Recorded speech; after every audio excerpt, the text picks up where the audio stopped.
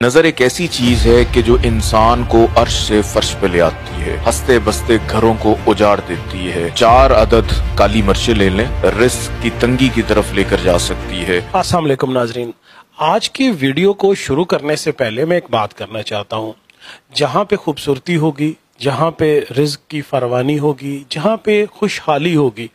جہاں پہ بہتری ہوگی، اور وہیں پہ حاسدین بھی ہوں گے، اور جہاں حاسدین ہوں گے وہاں نظر بد ہوگی۔ آپ کی بڑھتی ہوئی ترقی، خوشحالی یا آپ کی ہنسی کو کسی بھی ٹائم نظر لگ سکتی ہے۔ ایسے حاسدین سے نظر بد کا کیا توڑ ہے،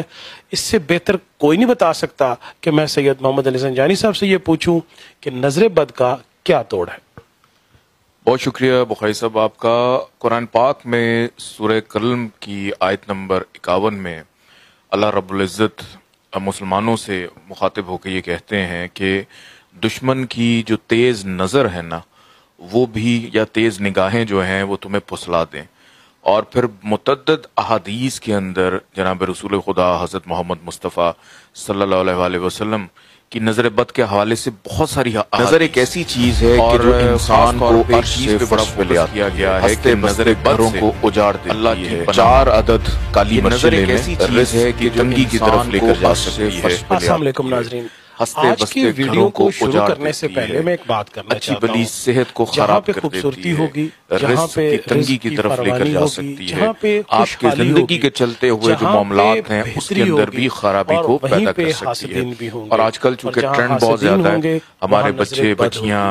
جو بھی کام کر رہے ہوتے ہیں فوری طور پہ اس کو تصویر بناتے ہیں اور فیس بک پہ ڈال دیتے ہیں کہ جو نہیں ہوتے وہ دکھانا چاہتے ہیں، اور جب وہ دکھاتے ہیں اور جو لوگ دیکھ رہے ہوتے ہیں اس سے بھی وہ لوگ نظر بد کا شکار ہو جاتے ہیں۔ اکثر آپ نے بخاری صاحب دیکھا ہوگا